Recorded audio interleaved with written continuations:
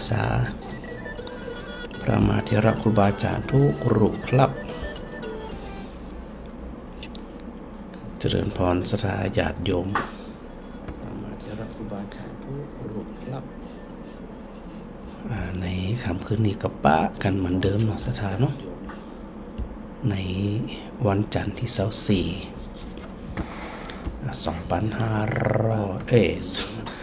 เดือนมีนาคม2568สถานะก็ถือโอกาสได้รวมสนทนากับศรัทธาญาติโยมเหมือนเดิมนะสถานะในช่วงเย็นวันนี้ฮะไผไผ่มาเนอะที่ทำบ่โอ้แต่คนนี้ได้มาทำกันเนี่ยกับเราข้างจะขึ้นเป็นเทพก้าเทพอย่างตอนเจ้านะกันฮะจะขึ้นเป็นเทพเจ้าตอนนนทีนะเจ้าเป็นเทพมดตะคืนนี่นะฮะแม่นวะเป็นเทพมดตะคืนนะเนาะมันก็เลยว่าพวกเอาพังไม่กลัว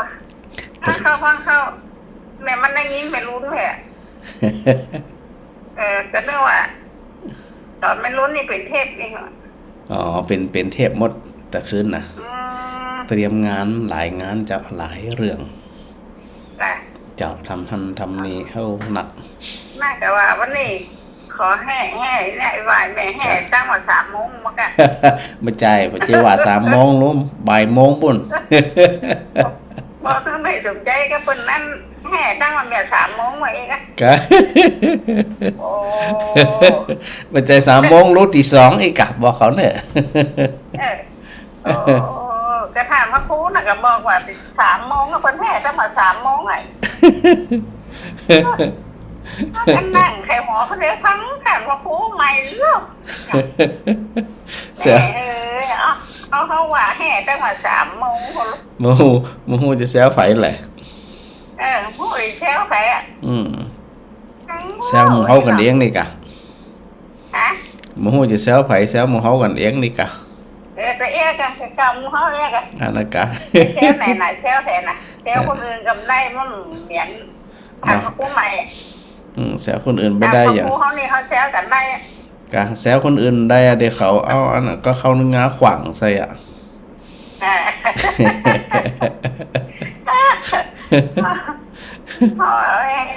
ทั้งหัดเราคูคนหวานเลยเนาะเอาไว้แม่เต๊กไว้ตั้งแต่3 โมงของคนลูกไผ่ก็หวานถึงมาตั้งไม่แก้วอย่าไผ่ก็หวานเพราะนั่นแหละนั่นอ่ะเรียกว่าวันตั้นไหนทำคูเลี้ยวให้แย่คนแห่ตั้งแต่3 โมงเลยเลยมันตั้นเหมือนดีวันนี้กับตันเหรอวันนี้แห่อะไรนะวันนี้มันไม่เคยตันเอาวันนี้นะวันนี้ไม่เคยตันวันนี้เอาก่อนเลยคนอื่นมาตันอ่ะได้แต่ฮะดีละเจ้าแม่คิดว่าไงหลังอ่ะยังไก่เดี๋ยวอันเอากระลังอันก็สตังจอมอมสินทีละน้อยอยู่ใครผู้หงได้เรียนอย่างวันที่อย่างนี้ได้มันหนัง7 ยังกันเลยเพราะว่าก็ต้อง7 ชุดกันเนาะนะสถานต้องเตรียมมา72ก่อนนะแม่นอว่า7 ยังกันเลยหมด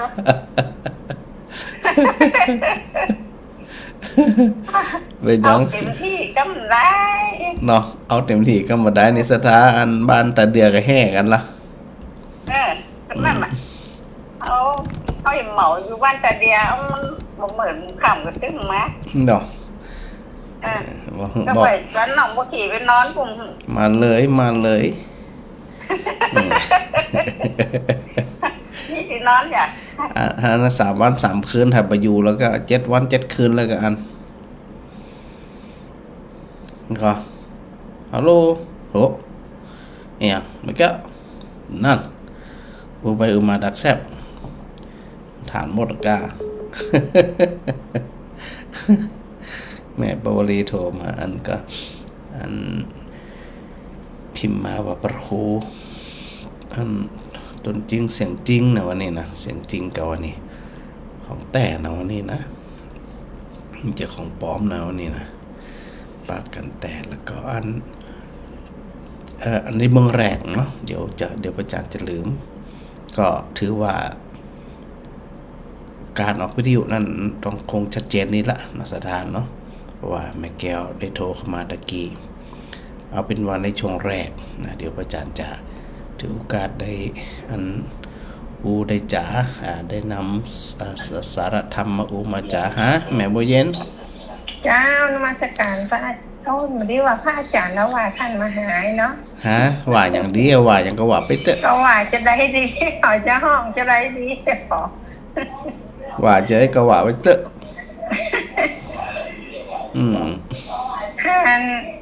บ้านสีมดเก้าฝนจะร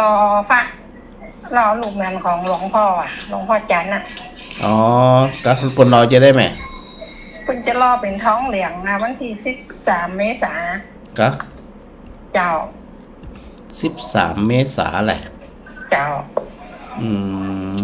คุณถ้าเป็นกิโลละ500ครับ500ตัวได้หวยแม่กำได้ฟังนี้เนาะมันมีกี่กิโลที่บัญญัติกันนะก็บอกนะ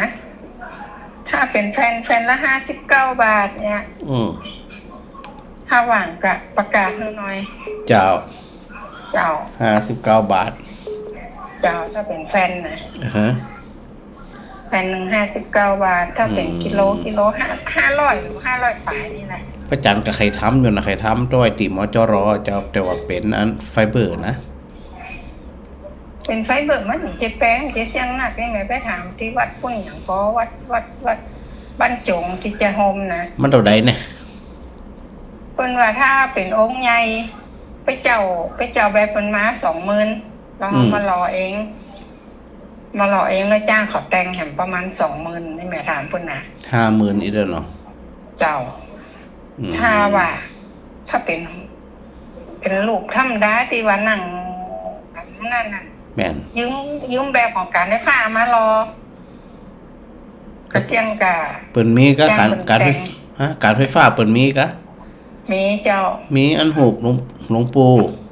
บ่ใช่หูกหลวงปู่เป็นหูกของพระพุทธอย่างแอกะอ๋ออันนี้พระจักรใครทำพระพุทธพระหลวงปู่น่ะกะไว้อันมจรอ่ะเนาะเจ้าอันนี้กะถามวัดบ้านศรีมะเก้าเนี่ยเขาจะยามที่13เนี่ยเขาไปเจ้าแบบได้ไหนมาอันนี้เป็นต้องเหลืองอันนี้เป็นต้องเหลืองมันจะนักน้อยเวลายกย้ายไปไหนอ่ะเจ้าพระจักรใครทำเป็นไฟเบอร์ตีอันรูปหลวงพ่อเกษมตีเนี่ยไว้หันเนี่ยยกไปแห่ยกไปไหนก็ได้สะดวกเบาด้วยเจ้ายังอันเปิ้นต้องเอาหูไปฮือเปิ้นฟอก้าฮือฉังติเขาลอกนะน่าจะเป็นที่อันนะเจ้าก็ยังคิดอยู่เจ้าว่าจะได้กันหนึ่งจะว่ามันกิจกรรมมันทีพระอาจารย์ก็เลยห่างๆไว้สักหน่อยก่อนเดี๋ยวรู้จังหวะเจ้าแต่วันที่ม.9เขาจะรอวันที่13เนี่ยถ้าเป็นท่องเหลืองเขาจะแป้งหน่อยองค์ละแสนไปเนี่ยแสนไปกับแป้งแล้วอันเจ้าเขาไม่เจ้าองค์ใหญ่แต่นะเต่าองค์จริงนี่กล้าเจ้าอ๋อถ้าแสนไปกับแป้งเนาะเจ้ามารอทีละจะได้ก็จดประกาศด้วยเนอะประจันจดประกาศด้วยเจ้าวันนี้ยังก็13เนาะ13 เมษายนเจ้าสาธุเจ้าสาธุเจ้าก็อันเป็นเรื่องเป็นมงคลนะสถานนะพระอาจารย์ก็กึดอยู่นะว่าอันถือโอกาสได้ทำรูปเหมือนหลวงปู่ซึ่งหลวงปู่มันเคยเป็นเจ้าวาดวัดศรีมดเก่าด้วยนะสถานนะดังนั้นเนี่ยจึงอันเหมาะสมอย่างยิ่งเนาะแม่มาเลยเนาะเจ้าการนมัสการเจ้าท่านพระครูเจ้าก็คือนี่เป็นเทพทั้งชุดและก็ดีมากเลยเจ้าพระอาจารย์พระอาจารย์งวนกับงานเทพของวัดศรีเตภูมิและพระอาจารย์ได้เอาของพุทธกาลเอามาเล่าโยมแม่มันนึกถึงปัจจุบันนี่ก็มีจริงเหมือนกันกับพุทธกาลนะเจ้าพระอาจารย์น่ะกะกติว่านั่นพระโมคคัลลานะกับพระสารีบุตรสิว่ามีคนเป็นเล่าว่าแตกแยกพระสงฆ์แตกแยกกัน เดินจงกรมทีละกลุ่มแต่พระพุทธเจ้าบอกว่าเป็นอย่างก็อัน ถาดขัน ฟังคนใดฟังอันพระลูกใดฟังแล้วทุกข์ใจฝึกกลับไปฟังลูกนั่น แม่น เหมือนเดียวนี่เลยกับเจ้าอาจารย์ เหมือ เนาะ นเลยแหละ เจ้า เหมือนกับหมูยกแม่เนี่ยแกฟังพระอาจารย์แล้วทุกข์ใจยกแม่ก็เลยฟังพระอาจารย์นี่แน่ นั่นคือผลว่าอันถาดขันมันจูนอันเดียวกันมันเหมือนกัน เจ้า อย่างคนอันมักอย่างคนมักก๋วยเตี๋ยวนี่กะมาถึงไปด้วยกันลองคนมักลาบมันก็ไปด้วยหมูมักลาบพุ่นน่ะ คนมักอัน คนมาทำหมากกับเป็นมาด้วยกันเนาะ คนมักซาบะเขือก็ไปเปิ้นน่ะหมูจุ่มซาบะเขือน่ะลาบบ่เจล้ำก๋วยเตี๋ยวบ่เจล้ำนี่กะ สร้างมาเสียบ่อยจำด้วยกันนี่เนาะ มันชอบเหมือนกันไง จริงไปเหมือนกัน แต่ฟังเราโหดีใจนะเจ้าพระอาจารย์หลายยาวไปเป็นชั่วโมงกัน อันเทพแรกๆปี 2-3 ปี 4 ปีแรกๆเนี่ยจะบ่มีไผโทรเข้ามาไงเพราะอาจารย์ยังเล่นเต็มที่ โทรช่วงหลังอะเจ้ามีคนโทรช่วงหลัง หลังๆที่พระอาจารย์เปิดนิดหน่อย แต่แรกๆเนี่ยจะบ่มีโทรเข้ามาเพราะมีให้ฮู้จัก มันนะช่วงนี้ยังโทรคนเขาโทรขนาดหน่อยเนาะ เจ้าก็อันต้องขออภัยด้วยบางคนบ่ได้รับสายซ่อนผ่องบ่ได้รับผ่องหยังผ่องเนาะก็ว่ากันไปตามนั้นนะแม่เนาะ ก็นี่ก็เอาชีวิตเจ้าท่านอาจารย์มาว่างเนาะแม่กับฟังอยู่นะเจ้านะก็ปรับไปนี่ก็อันเอกสารกองเงินเท่านั้น ก่อยทำปั๊บไปเจ้าอาจารย์ตึ้มแหลมเสียงเจ้าสาธุแม่ สาธุเจ้านะเอาละในเมืองแรกขออนุญาตจากนี้ไปยังบ่รับสายแต่เน้อสถานเน้อ อันได้อูค้างไว้หลายเรื่องเนี่ยหลายเรื่องหลายราวเพื่อที่จะอันเดี๋ยวขอทำน้อยหนึ่งนะสถานนะอันนี้บัดคนผมมาให้ไม่สมบูรณ์เจ้าไห้แซบไห้สอยจัดเมินเนี่ยฮะบ้านไหลศิลาทองประจันไปจันมาย่ำปะไปอยู่ตรงใดกะท้องไปตึงวันนะแต่จะได้ว่ามันพันได้กะบอกเขาเสียอ่ะกะมันบัดติดก็มาหันขึ้นสักเตือหรือว่ามาติดละมาติดมันบัดจะขึ้นสักเตือนะพ่อแม่มาข้างกะติดแล้วก็มาหับกะบหันมาเมินนั่นน่ะบหันนั่นเบอร์ของแม่โชว์เบอร์เมินนั่นน่ะทำไมกะโทไปตึงวันจะคืนก็ได้กะโทเขาดูตึงวันอ๋อถ้าตะคืนนี่บ่ได้เป็นเทพพระอาจารย์ไปไหลศิลาทองมันอยู่ไปวัดอันยมหันสักเตือไปมามันได้น่ะมาประชุมกับมาอย่างกับมาเดี๋ยวบวชเน้นวันที่นั่นก็เดี๋ยวหาโอกาสไปรวมกันไปช่วยกันอยู่วันเป็นจะบวชเน้นหน้าผักห่อนนี่อ่ะเจ้าวันที่2เจ้าเนาะแต่แม่ก็ดูบ้านนั่นเลยไปกันเจ็ดไปน่ะพระอาจารย์รถทีแป้งบัดแต่ขี่รถได้หล่มเดียวอ่ะพระอาจารย์นั้นร่วมทำบุญไปละแล้วก็โทรหามันกันนะบัดแต่โทรนะยังโอก็แม่มาไล่ว่าไปโทรหาเปิ่นอย่างมาติดทำได้ก็เขว่าอย่างก็ตีเปิ่นว่าอย่างก็ตีเขาบอกไหนขนาดน่ะอย่างนั้นอย่างนี้นี่นะมันอันเหมือนกับอันก่อนหน้านั้นเนี่ยอันโทรศัพท์พระอาจารย์คงมีปัญหาเจ้าใครโทรเขาก็บ่ขึ้นกันยังจะโทรหาแม่มาไล่จะให้แม่มาไล่ถามพระอาจารย์ว่าจะได้มันโทรหาเปิ่นบัดติดเกิดบัดจะเอี้ยโทรหาแม่มาไล่วันปลาไข่วันนะปลาไข่เจ้าเขาว่าจะได้หาบัตรติดบัตรบัตรติดตามนะพระอาจารย์ติดตามมาตลอดนะก็ถึงไหวหายไปที่ไหนเนี่ยนี่ละแม่สบายดีนะแม่นะเดี๋ยวมีโอกาสไปอันเยี่ยมวัดเยี่ยมวาก็เดี๋ยวค่อยไปปักปุ่นถ้ามีโอกาสเน้อเจ้าสาธุแม่สาธุเจ้านะพระอาจารย์ได้อู้เรื่องพระอาทิตย์ข้างไหวแล้วก็เรื่องดีแม่มารีอู้ถึงตะกี้เนี่ยความเป็นถาดขันสะสมจริตสะสมอุปนิสัยมาเหมือนกันคล้ายๆกันเนี่ยมันต้องมีความสุขนะมันจะบนห้องว่าตัวบุญนะตัวบุญตัวกรรม ที่ทำมาลักษณะเหมือนกันคล้ายๆกันเนี่ยมันจะตรอมไปหากันเนี่ยอันนี้ประเจเรื่องแปลกนะอันเดียวแตะตรงนี้นิดหนึ่งพระอาจารย์กลับมาในเรื่องของอันพระอาทิตย์เจ็บดวงที่ว่าเนี่ยนะซึ่งพระพุทธเจ้าก็ได้สรุปอยู่เสมอนะสถานะสรุปอยู่เสมอว่าเดี๋ยวพระอาจารย์นั้นย้อนไปหำน้อยหนึ่งว่าอันโดยปกตินะเรื่องราวที่เกิดขึ้นเนี่ยในสุริยสูตรพระพุทธเจ้าตรัสที่กรุงไผ่สาลีเนาะก็คืออัมพปาลีวันแล้วพระองค์ได้ตรัสกับหมู่ตุเจ้าหมู่พระภิกษุทั้งหลายว่าสังขารทั้งหลายในบ่เที่ยงบ่ยั่งยืนบ่น่าชื่นชมเป็นสิ่งที่ควรเบื่อหน่ายคลายความกำหนัดแล้วก็ควรหลุดพ้นในสังขารทั้งหลายนี่สถานะซึ่งได้อธิบายไปพอสมควรละแต่จะได้ก็ตามเนี่ย ก็จะถือโอกาสได้อธิบายย้ำๆซ้ำๆเนาะเพื่อเราทั้งหลายจะได้เข้าใจย้อนรึกนึกถึงกรรมหนึ่งว่าในพระสูตรนี่พระพุทธเจ้าได้ทรงแสดงในลักษณะแบบนี้แล้วพระองค์ทรงชี้แนวทางแนวปฏิบัติอย่างไรพ้องนะพอพระองค์ตรัสอีแล้วเนี่ยพระองค์ตรัสว่าในอันการล่วงไปเลยไปเนาะล่วงไปเลยไปเหมือนจะได้มั่วนะที่มันได้กล่าวไว้ก็คืออันบางยุคบางคราวนะฝนตกหลายปีหลายร้อยปีหลายพันปีหลายแสนปี มันต้องกึดนะรับตาก็หูแล้วนะสดานะบ่ตกหลายปีนี่ก็แย่ละขอปีเดียวปีหนึ่งฝนบ่ตกก็แย่ละนะแล้วอันเมื่อฝนบ่ตกนะหมู่พืชหมู่ต้นไม้หมู่ทินชาติหมู่ไม้ประเภทไหนก็ตามนะสถานะบอกว่าป่าน้อยป่าใหญ่แล้วก็ย่อมเหี่ยวเฉาเหี่ยวแห้งอยู่บ่ได้อีนะ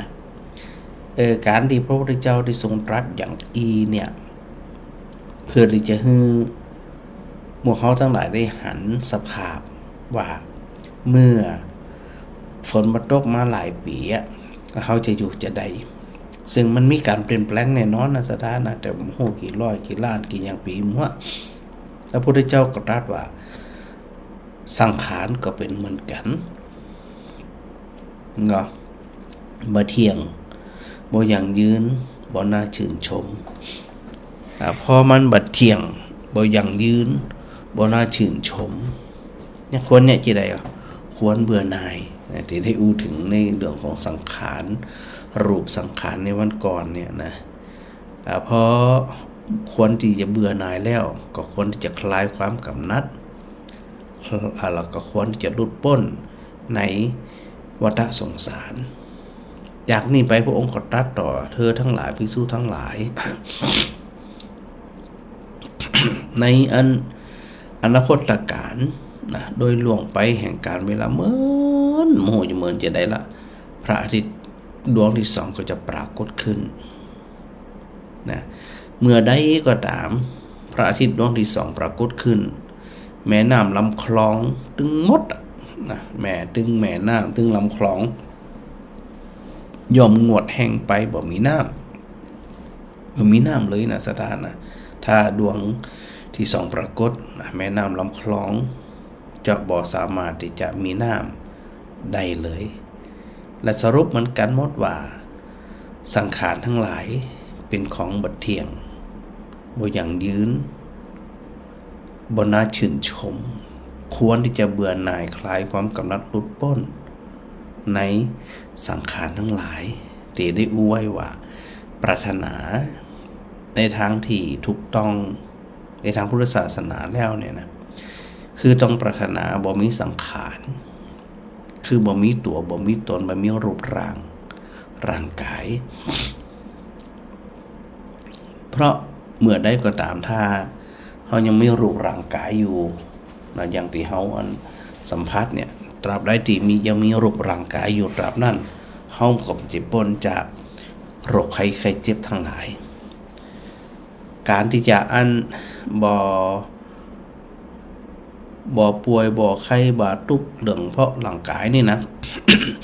มีอย่างเดียวก็คือต้องบ่มีโรคร่างกายเท่านั้นถึงจะบ่มีโรคภัยไข้เจ็บอย่างทั้งหลายได้ถ้าหันที่อีกก็เหมือนกับว่าถ้าสมมุติเฮาปรารถนาอยากเกิดว่าไปเกิดในที่ตอนที่มีพระอาทิตย์2ดวงขึ้นมาเนี่ยจะได้ถ้าจะอยู่จะได้ร่างกายของคนจะเป็นจะได้ขนาดแม่น้ำลำคลองเนี่ยมีแม่น้ำธรรมดานี่นะคลองทั้งหลายนี่มีเลยเขาจะอยู่จะได้สถาน แล้วก็ทรงตรัสต่อไปว่าแหมเหมือนนะบางครั้งบางคราวหลวงเวลาไปเหมือนพระอาทิตย์ดวงที่3ปรากฏขึ้นเมื่อใดก็ตามพระอาทิตย์ดวงที่3ปรากฏขึ้นแม่น้ำสายใหญ่ๆไม่ว่าจะเป็นคงคายมุนาอจิรวดีสารภูมหีเป็นปัญจมหานาทีย่อมงวดแห้งหมดเลยบ่มีน้ำจะได้ถึงห้องว่าเป็นแม่น้ำสายใหญ่คงคายมุนาอจิรวดีสารภูและมหีนี่นะตั้งแต่สมัยพุทธกาลมาถึงปัจจุบันเนี่ยแม่น้ำใหญ่ตึง5สายเนี่ยบ่เคยแห้งขอดลดลงก่อนลดเหมือนแม่น้ำเจ้าพระยาเฮาเนี่ยบ่เคยแห้งขอดว่าบ่มีน้ำหันก้นแม่น้ำนี่มีเพิ่นจึงฮ้องว่าปัญจมหานาทีคือแม่น้ำสายใหญ่สถานไปลืมนะว่าเมื่อพระอาทิตย์ดวงที่3ปรากฏขึ้นเมื่อใดแม่น้ำสายใหญ่ๆที่อู้ถึงนะคงคายมุนาเจรวดีสารภูมหีเนี่ยแห้งขอดโอ้แย่ละสถานบ่มีน้ำหานจีอีหูจีอีนี่ยังจะเกิดอยู่กะถ้าสมมติเขาเกิดมาตอนนั้นทันเนี่ยจะใดมันจะลำบากแก่ใดสถานว่าบ่มีน้ำเหนื่อยเนาะสถานเนาะทุกข์แน่นอนนะตรัสต่อไปว่าในการบางคราวบางครั้งวันเวลาล่วงเลยไปเหมือนบ่ฮู้จะเหมือนจะได้พระอาทิตย์ดวงที่4ปรากฏขึ้น ปรากฏขึ้นหมดเลยนะพออันปรากฏขึ้นสิ่งที่หันก็คือแม่น้ำสายใหญ่ๆที่ไหลมารวมกันเป็นแม่น้ำใหญ่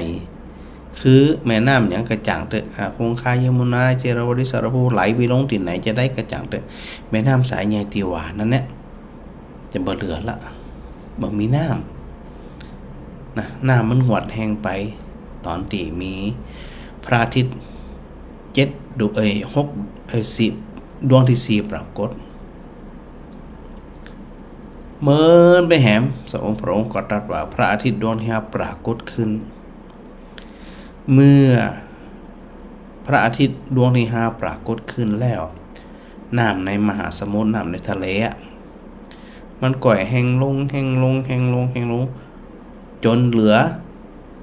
ชั่ว7ต้นตาล6ต้นตาล5ต้นตาลได้ไปจนถึงขนาดว่าชั่วลำตาลต้นเดียวแล้วก็ยังเหลืออยู่7ชั่วคน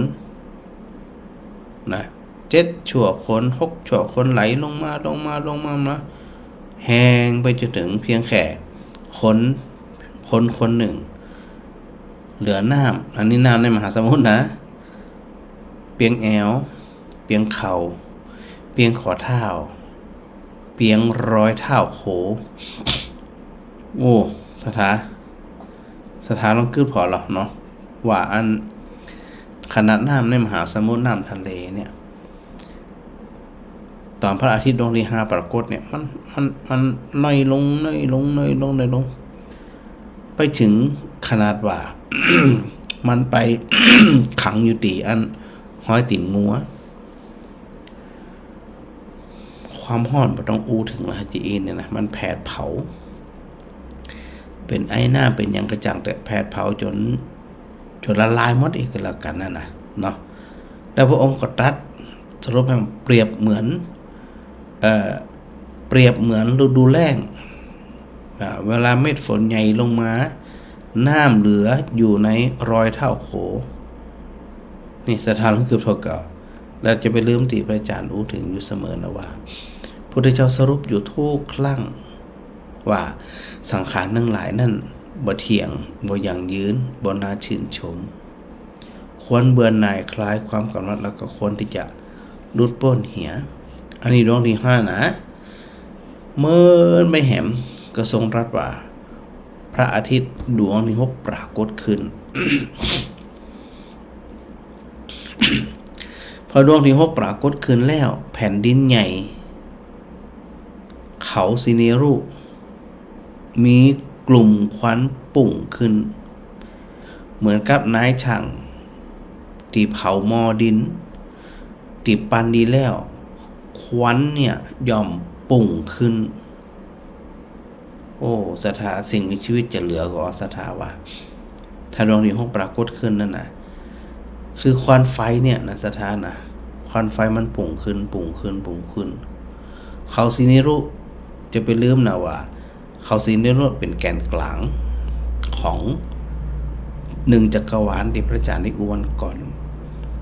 ใน1จักรวาลมี4ทวีปชมพูทวีปก็คือหมู่มนุษย์โลกเฮาเนี่ยเป็น1ทวีปแล้วโลกตึงโลกที่เฮาอยู่เนี่ยเป็นเพียงแค่1ในโลกมนุษย์ของจักรวาลน้อยๆแล้วมีเขาสิเนรุอยู่ตรงกลางโอ้โหมันฮ้อนถึงขนาดว่าฮ้อนทะลุโลกอะไปถึงตีอันเขาสิเนรุซึ่งอยู่นอกโลกเขานี่มหูมหันต์สุดวิสัยของเขาทั้งหลาย สุดวิสัยเป็นควันปุ่งออกมาคุยโอ้โหตายแน่ศรัทธาจะอยู่ได้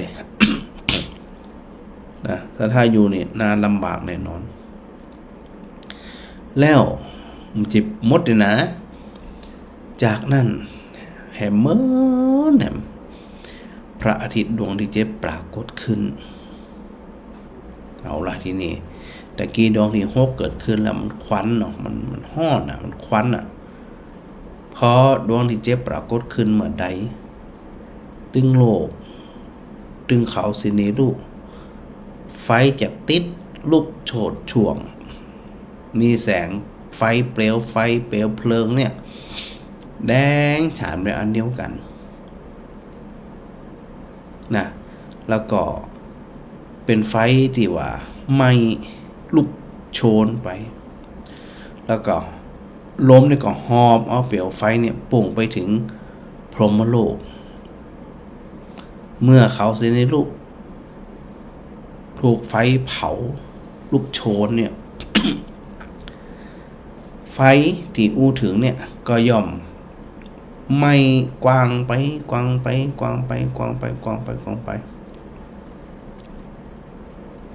พอมันกว้างไปที่ถามว่าใครอยู่ได้ดิสราอู้ถึงอันก็เทวดาอยู่ได้ยุ่มได้ดังนั้นเนี่ยควรจะฮู้ใครจะฮู้ใครจะเชื่อว่าแผ่นดินแล้วก็เขาสิเนรุจะถูกไฟไหม้พินาศบ่มีเหลือหรอ นอกจากอริยสาวกผู้ที่มีบทอันเห็นแล้วคือตั้งแต่พระโสดาบันขึ้นไปถึงจะอยู่ได้อยู่จะได้ล่ะทีนี้ก็โลกนี้มันถูกไฟไหม้หมดอยู่จะได้เปิ้นว่าที่นะสถานนะเมื่ออันไฟมันไหม้แล้วมันขยายความร้อนไปติ๊กๆนะขยายไปเฮานึกถึงตอนที่ตอนที่เฮาสวดมนต์มันก็สวดพระธรรมจักรมันจะไหม้หมู่โลกมนุษย์จะถูกไหม้หมดแล้วก็ไหม้สูงขึ้นไปถึงเทวดาเหล่าจาตุมหาราชขึ้นไปไหม้ถึงเทวดาอันสวรรค์จันทร์ดาวดึงส์ไหม้จนถึงสวรรค์จันทร์ยามาไหม้จนถึงจันทร์ดุสิต ไม่ขึ้นไปถึงจันนิมมานารดีและที่สุดไม่ไปจนถึงจันปาระนิมมานิมมาปาระนิมมิตสวัสสวัสดี แสดงว่าเทวดาเขาอยู่บ่ได้ล่ายุมได้แล้วไปไหนล่ะทีนี้ถูกเผาหมดอีกคน มนุษย์ก็ตามคนก็ตามสิ่งมีชีวิตสัตว์ทั้งหลายก็ตามไปจนถึงเทวดา6ชั้นเนี่ยบ่สามารถที่จะอยู่ได้เลยเพราะเมื่อใดก็ตามที่ว่าพระอาทิตย์เกิดขึ้นพร้อมกัน7 ดวงเนี่ยไฟมันจะลุกโชนนะลุกโชนหมดเอาแล้วคนที่ยังบัดได้มนุษย์เป็นพระอรหันต์หรอที่ยังต้องเวียนว่ายตายเกิดอยู่อันนี้ที่พระพุทธเจ้าสรุปไว้อยู่เสมอว่าเป็นของบ่ยั่งยืนก็เป็นของบ่เที่ยงเป็นของบ่ยั่งยืนเป็นของที่บ่น่าชื่นชมมันชื่นชมจะได้มาปะกับความฮอดติ๊กๆปะติ๊กๆชอบติ๊กๆชอบแสวงหาชอบสืบต่อชอบสานต่อชอบเกิดนิยมชมชอบกับการเกิดใหม่ติ๊กๆพระเจ้าบอกว่ากระเทยก็ฮู้ได้อยู่ว่าในอนาคตจะเจอพระอาทิตย์ขึ้นทีละแก่น2แก่น2 3แก่น4แก่นขึ้นมาอย่างกระเทยจะอยู่ได้ นึกถึงก็น่ากลัวนะอันนี้คือไฟที่มันเกิดขึ้นโดยธรรมชาตินะไม่ได้หมายถึงไฟที่อันเผาผลาญ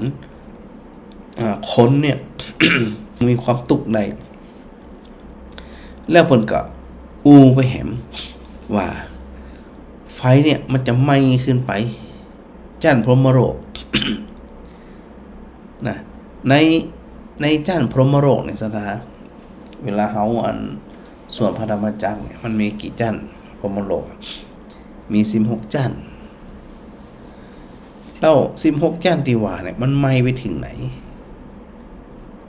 จริงๆนะไอ้ตรงนี้มันน่าจะเอาไปเชื่อมโยงกับเอาไปเชื่อมโยงกับอคัญญสูตรเนาะสถานเนาะสถานก็งงละอคัญญสูตรคือหยังบัดเดี๋ยวนี้นะ อันหยังคือ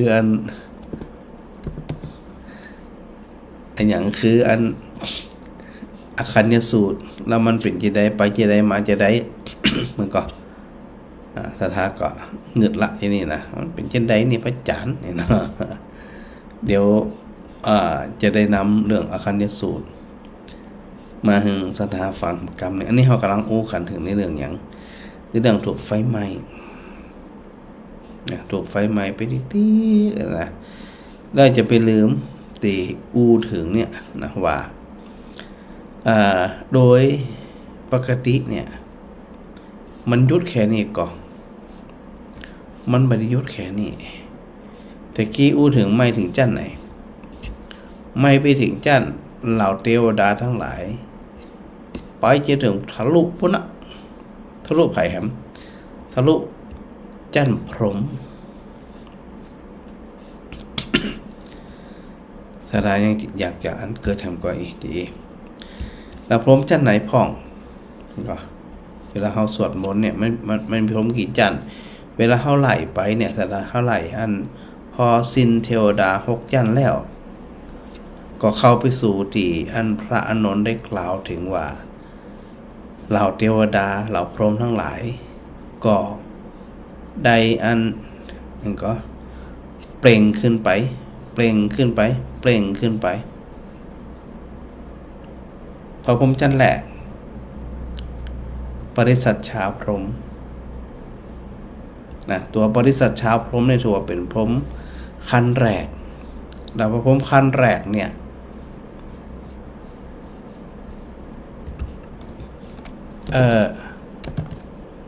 เวลาเฮาอันพูดถึงเนี่ยบุคคลผู้ที่จะไปอยู่จันทร์พรหมเนี่ยนะก็จะต้องมีอย่างมีอันบนห้องว่าจะได้มีฤทธิ์มีเดชมีความสามารถ นะมีฤทธิ์มีเดชมีความสามารถแล้วบุคคลเหล่านี้เนี่ย เปิ้นอู้ถึงคนที่ได้ฌานสมาบัตินี่นะในพระพรหม3จันแรก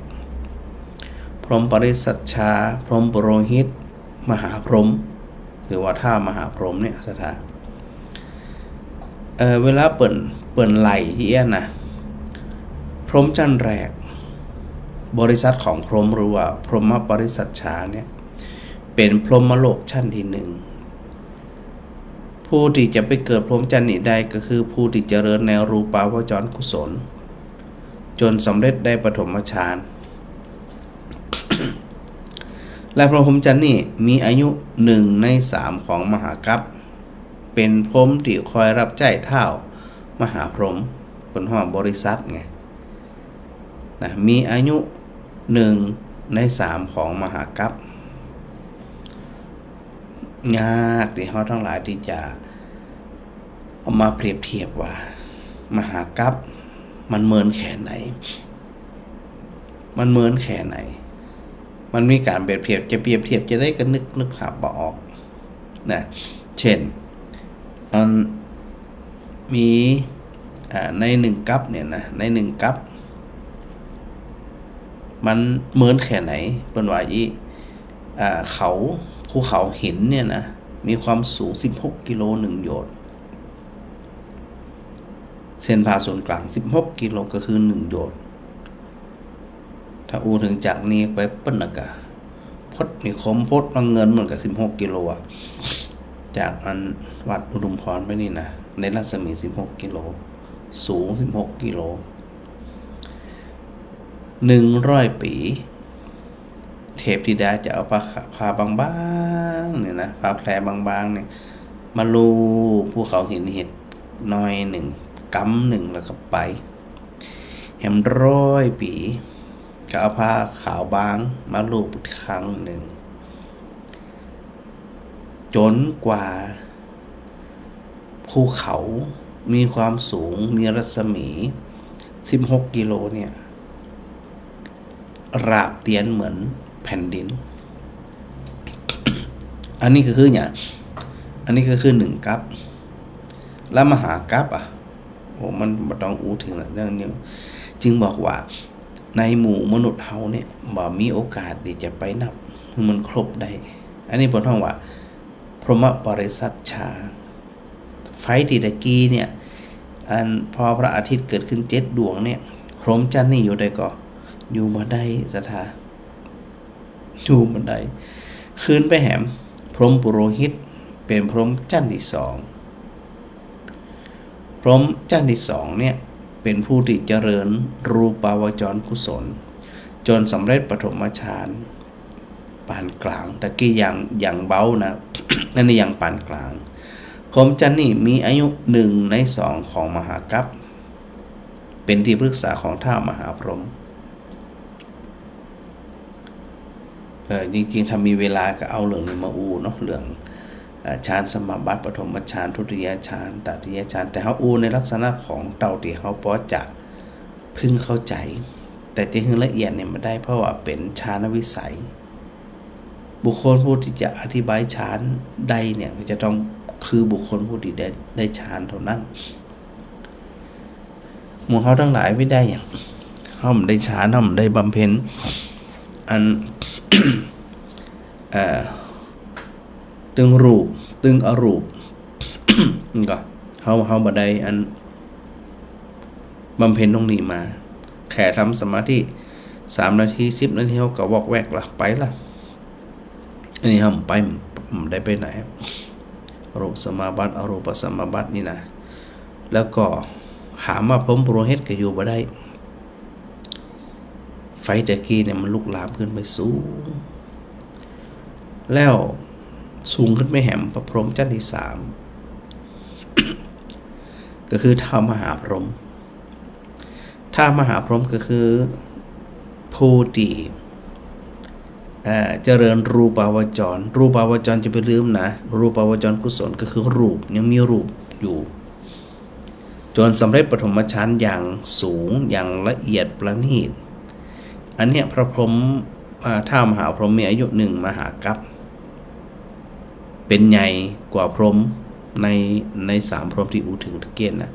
พรหมปริสัชชาพรหมปโรหิตแล้วก็พรหมมหาพรหมถามว่ามหาพรหมอยู่ใดก่อนเวลาเกิดอันพระอาทิตย์เจ็ดแก่นขึ้นมาเนี่ยบัดใดเหมือนกันซะท่าอายุจะใดขณะพ่อพรหมไปจนถึงท้าวมหาพรหมยังอยู่ได้บัดใดฮะคืนไม่แหมจานที่4เนาะเวลาอู้ถึงเนี่ยนะพรหมปริตาภานะพรหมปริตาภาเนี่ยเป็นพรหมจานที่4ก็คือเจริญรูปาวจรกุศลยังเป็นรูปอยู่นะสำเร็จทุติยฌานและตติยฌานอย่างสามัญคือสำเร็จฌานที่2แล้วก็ฌานที่3อย่างปกติอย่างอ่อนๆแล้วก็พรหมจรรย์นี้มีอายุ2 มหากัป2 มหากัปนะเป็นพรหมจรรย์ที่4เนาะพรหมจรรย์ที่5พระมะอัปปมานาภา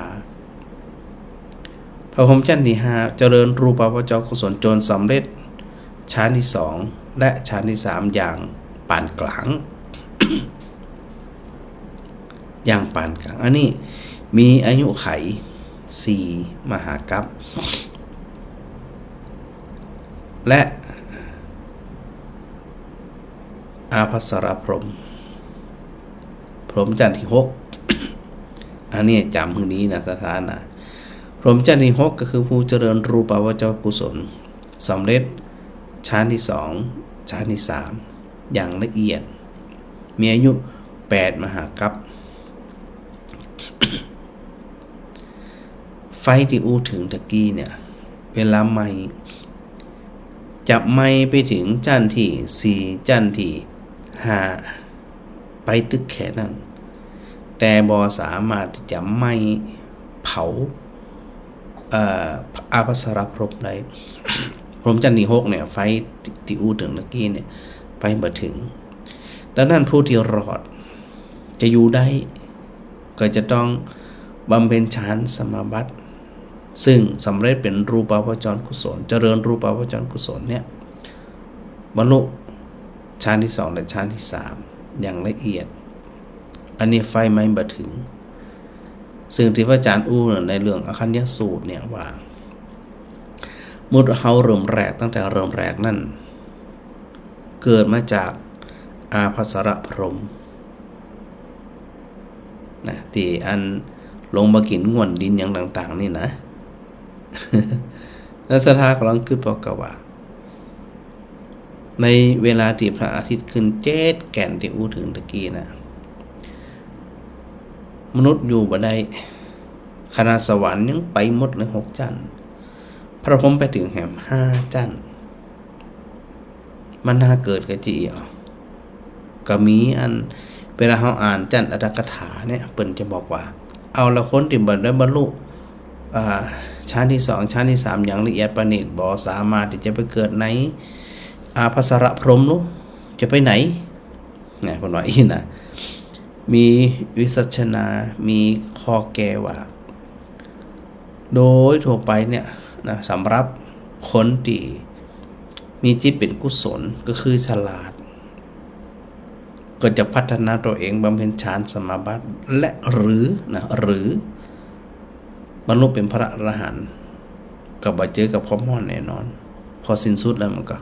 เข้าสู่นิพพานส่วนคนที่ยังมีชีวิตอยู่สำหรับคนที่คิดดี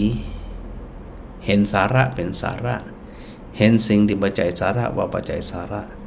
บุคคลเหล่านี้จะมีความเพียรพยายามสูงมากในการเจริญฌานรูปาวจรกุศลโดยลำดับมาจนถึงบรรลุฌานที่2และฌานที่3อย่างละเอียดประณีตอันนี้มุมของคนตระหนักในการเวียนว่ายแต่เกิดซึ่งมีแต่ความตุก คนเหล่านี้เปิ่นจะบ่นิ่งจะบ่อยู่เฉยอันนั้นเป็นทางตรงในการหลุดพ้นเพิ่นจะมุ่งไปทางนั้นอย่างเดียว ที่เร็วที่สุดก็คือบรรลุชั้นที่2และชั้นที่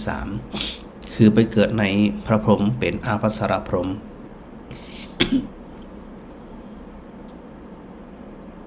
อาจจะไปลืม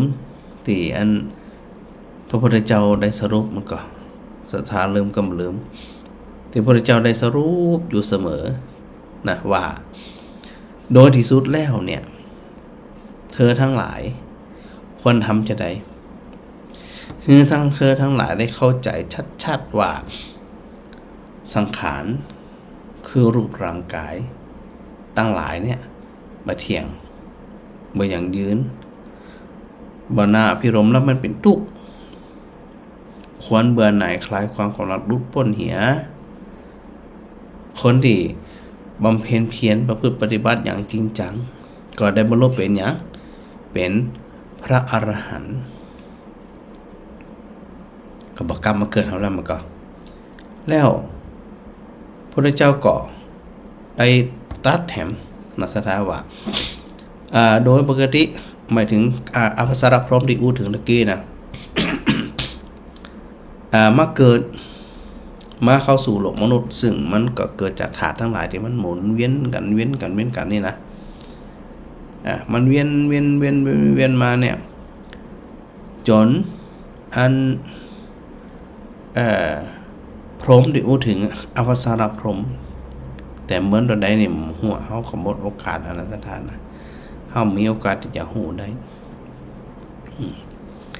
แล้วบางยุคบางสมัยที่อันมนุษย์เนี่ยนะบ่มีการเกิดเป็นปุถุชนเนี่ยคือล้วนแต่เป็นพระพรหมหมดมันก็เป็นอภัสรพรหมขึ้นไปนี่นะพอกลับมาเกิดแหมนะโดยปกติพระพุทธเจ้าตรัสว่า คนที่บ่มีความตื่นตัวตื่นรู้ในเรื่องหยังในเรื่อง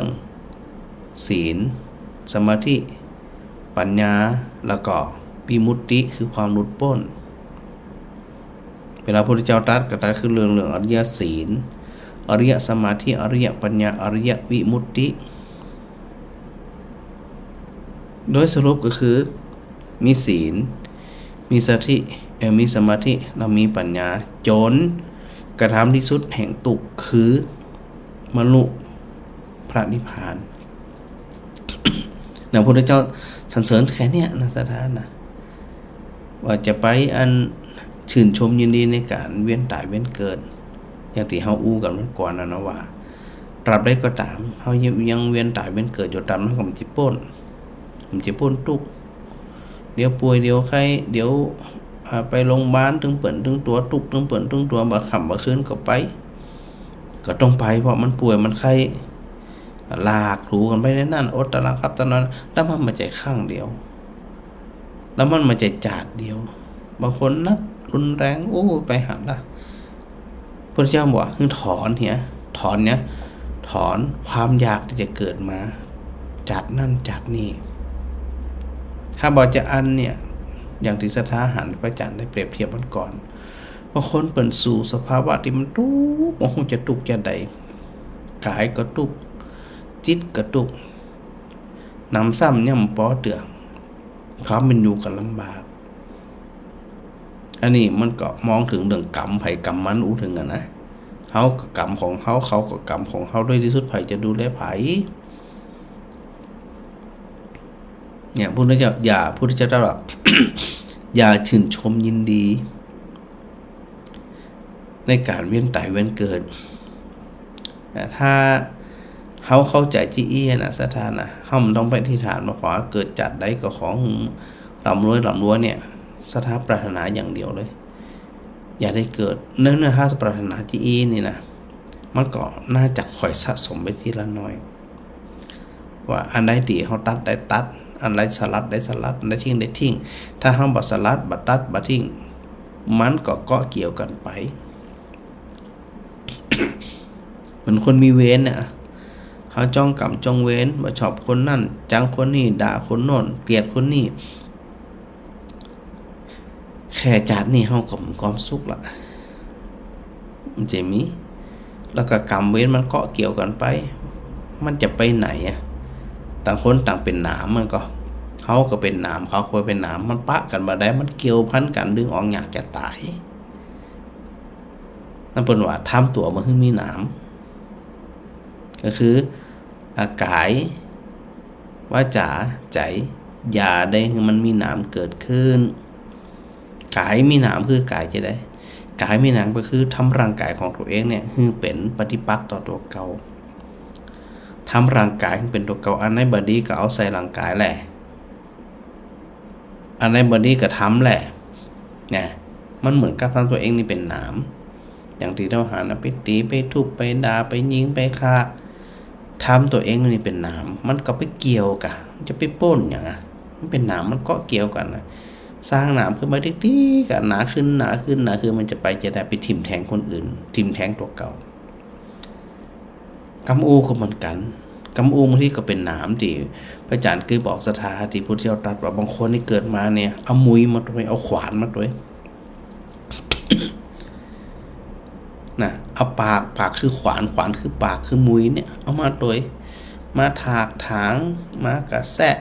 มานินทามาว่าร้ายคนอื่นนี่นะเกิดมาอันก็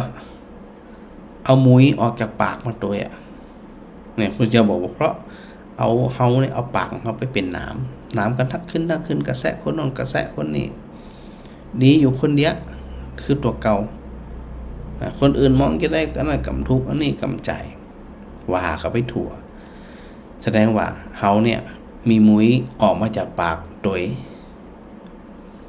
แล้วก็เฮาเนี่ยทำวาจาทำกำอูของเฮาเนี่ยเป็นหนามโอ้สถานะกลัวเนาะเพราะมันเกี่ยวก้อยกันไม่ตลอดแล้วก็ใจจิตเป็นหนาม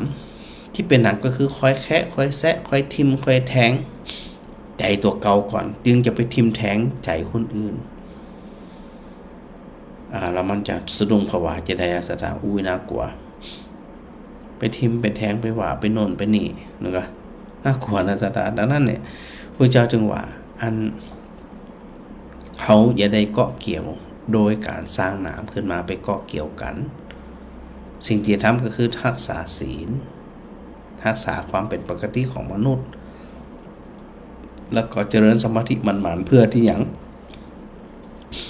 างน้อยที่สุดก็ไปเกิดเป็นอาภัสรพรหมจันทร์ที่6เวลาไฟไหม้จากมันเกิดจากพระอาทิตย์7แกนมันจะไหม้เผาผลาญเฮาละหรือเจริญอริยปัญญาคือความเข้าใจสภาพธรรมสภาวะธรรมจะเข้าใจได้ก็ต่อเมื่อเข้าใจในส่วนโดยที่สุดที่พุทธเจ้าตรัสว่าวิมุตติคือความหลุดพ้นมันจะเกิดขึ้นได้ก็ต่อเมื่อที่พุทธเจ้าตรัสว่าถอนตัณหาถอนความอยาก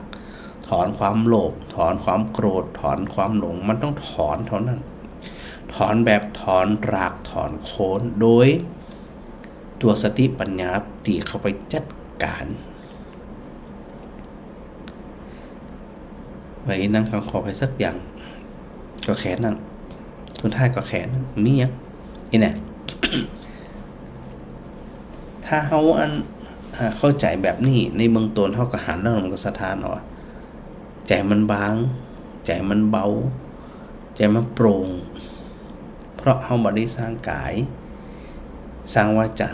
แล้วก็ใจของเขาเนี่ยมีสภาพเหมือนน้ำเกิดขึ้นก็อยากกินศรัทธาทั้งหลายได้ได้อันใส่ใจไตรตรองพิจารณาถึงตัวเก่าว่าจะได้กระดามนะถ้าเฮายึดมั่นถือมั่นเฮาก็จะไปไหนจิตมันไปไหนมันปลูกมันฝังมันเกาะมันเกี่ยวมันทิ่มมันแทงอยู่เสมอโดยเฉพาะสถานที่บ่สบายหันภาพเลย มันจะมีความสุขนะทุกกายทุกใจที่พุทธเจ้าบอกว่าน้ำไม่สู้อย่าง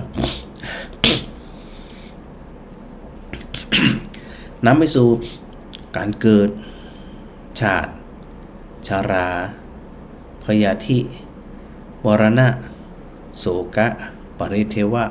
ทุกขโทมนัสและอุปายาสะเมื่อมีเกิดมีแก่มีเจ็บมีตายมีโศกเศร้ารำริรำไรรำพันทุกกายทุกใจแห้งผักแห่งใจแร่นแค้นใจนี่เขาจะไม่หู้จะได้ว่าจัดได้เจนได้เขาจะมาเกิดเป็นนั่นเป็นนี่เพราะว่าโอกาสที่เขาจะเลือกเกิดเนี่ยมันก็น้อยเพราะเขาเป็นผู้ที่บ่เลือกไงแต่ถ้าเป็นผู้ที่เลือกเขาเลือกได้แต่ปัญหาก็คือมันจะไปต้านกระแสของตัณหาหรือความอยากลำบากในสถานะจึงน้ำเรื่องนี้มันคือสถาวันในเรื่องทั้งหลายนี่มันห้อนมันก็ตะวันห้อนแล้วอันนี้ไม่โดยกายภาพนะแต่สิ่งที่มันเผาใจของเขาคืออย่างมันยิ่งห้อนกว่าว่ะอันนี้กว่าพระที่จะมาแหมเจ็ดแก่นในหมู่แต่บเดียวเนี่ยใจห้อนยิ่งกว่าพระอาทิตย์เจ็ดแก่นก็มีนอนก็มารับปีนซ้ายปีนขวานอนก็มารับมัวแต่เกิดกังวลตุกใจนอนก็มารับกินก็มาล้ำกึดจะเอาคืนกึดจะแก้แค้นคอยแซะคอยเสาะหาแต่ความผิดของคนอื่นความพร่องของคนอื่นอันเนี้ยทำตัวเองกลายเป็นหนามกำอูเป็นหนามแล้วก็จิตเป็นหนามนี่ฝากสถาไว้นะวันนี้พระอาจารย์ก็หลักยาวน้อยนะสถานนะ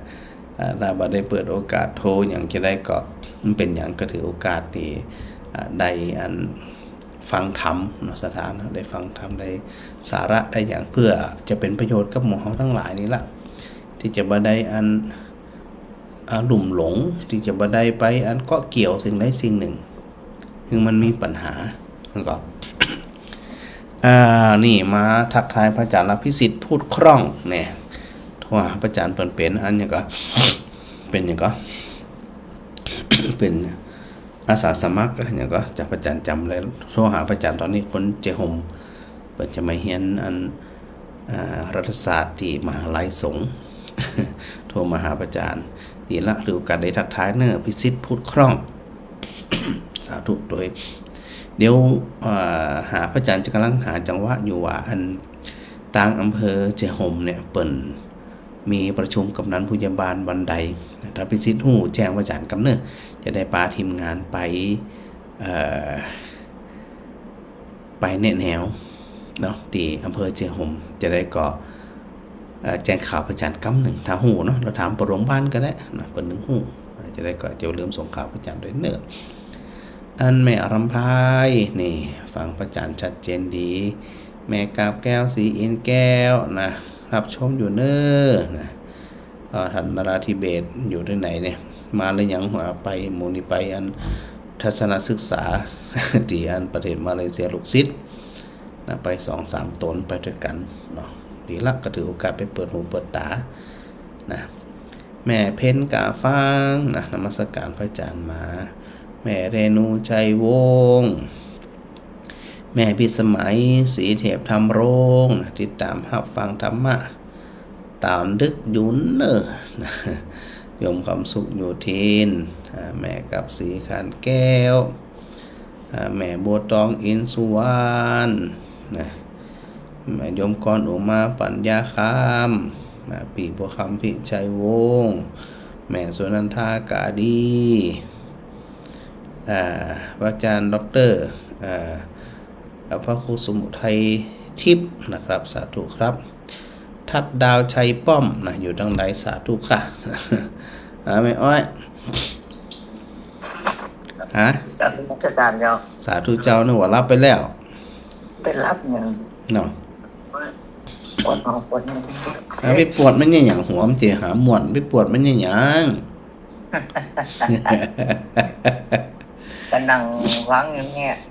ร้องเพลงของสวดมนต์ของอันไหนที่มันอยากจิตมันมีความสุขนี่ทำไปได้จากเขานอนบนสวดมนต์น่ะถ้าสวดมนต์ก็ต้องคลายเครียดนะต้องม่วนนะม่วนใจสุขใจนะเดี๋ยวยังอันหมดหรอกเป็นสมาธิเจ้ามันยัง งานบ้านมันหนักอีกอ่ะ จะไปเนี่ยยังไม่อย่างหนักอ่ะ ไม่น่าหนักจะได้เอาเนี่ยของขาย ก็ขายน้อยๆลงกะ ของมันหลายอย่างอย่าง แต่นี่ได้อ๋อไอ้แม่น้อยว่านะ โอ้ถ้ามันเต็มเจ้าจะไปไหนจะไปขาย น่ะเอาตามกำลัง หลานก็ย่าเบกอยู่บ้านนอกมัน เขาเปิดขยันกันแตะนะบ้านนี้เนาะครอบครัวนี้เนาะ ป้าไปอยู่บ้านไหนเนี่ยย่าของบ้านป้าไปเนี่ยให้ยากอ่ะ โอ้ยขยันกันแตะโอ้ยนี่ ขยันแต่วันนั้นต้องให้1,200 กล่องไง ลำรวยมิติเก็บบอกพระจันทร์เนอะ 1,200 กล่องเอาไปส่งที่บ้านพ่อนไง ดอกดีละเจ้า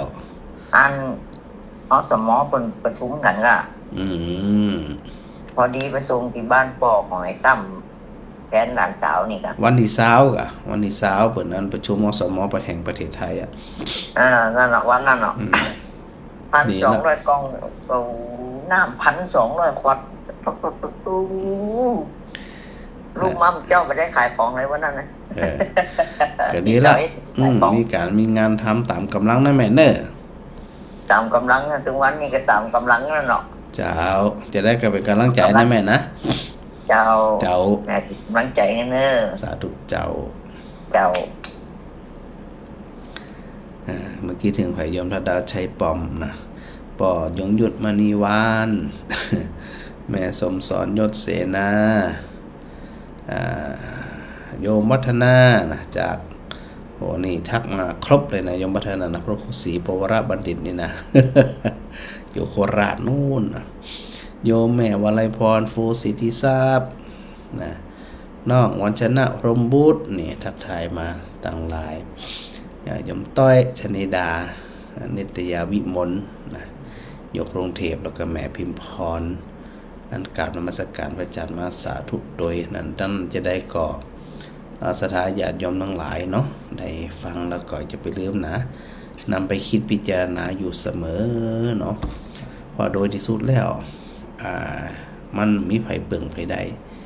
อัตตหิอัตโนนาโถตนและเป็นที่พึ่งแห่งตนโกหินาโถปโรสิยาไผล่ะจะเป็นที่พึ่งแต่เฮาได้นะที่พระอาจารย์ดิวบอกว่าเฮาจะต้องเข้มแข็งกายเข้มแข็งจิตเข้มแข็งโดยที่สุดอย่างที่ว่าฮักกันหิ้มตายห่วงกันหิ้มตายมันจะแบ่งความทุกข์ได้หรออย่างนั้นเจ็บป่วยเนาะใครโน่นนี่นั่นนี่นะเอาไปแบ่งหน่อยแล้วฮักกันขนาดแบ่งไปน้อยหนึ่งอย่างสถามีลูกกี่คนมีลูก5 คนก็สถาป่วยแบ่งไปสูบ คนละน้อยแล้วน้อยใครจะได้เบาได้วะได้หรอได้ห่วงกันจะได้กระจ่างแต่ฮักกันจะได้กระจ่างแล้วโดยที่สุดก็พอกันตามม็อบแมบได้ช่วยมันจะได้หาหมอแล้วหมอก็ช่วยได้ในระดับหนึ่งหมอเองก็มีปัญหาลำบากเหมือนกันในคราวที่ถูกชรามรณะเขาเบียดเบียนไผเพิ่งได้หลายที่นี่อย่าไปลืมนะที่พระพุทธเจ้าตรัสว่าให้เจริญศีลเจริญสมาธิและเจริญปัญญาจึงจะนำไปสู่ความหลุดพ้นหรือวิมุตติโดยตัวเฮาล้วนๆเลยนี่ก็ศีลอยู่ที่ตัวเฮา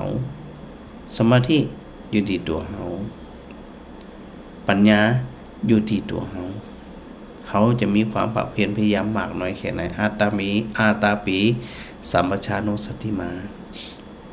มีความภาคเพียรพยายามมีสติสัมปชัญญะอยู่เสมอ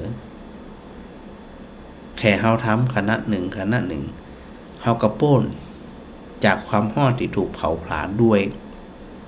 กิเลสด้วยตัณหาเขาป้นในขณะหนึ่งมันจะเกิดกี่ดวงกระจ่าง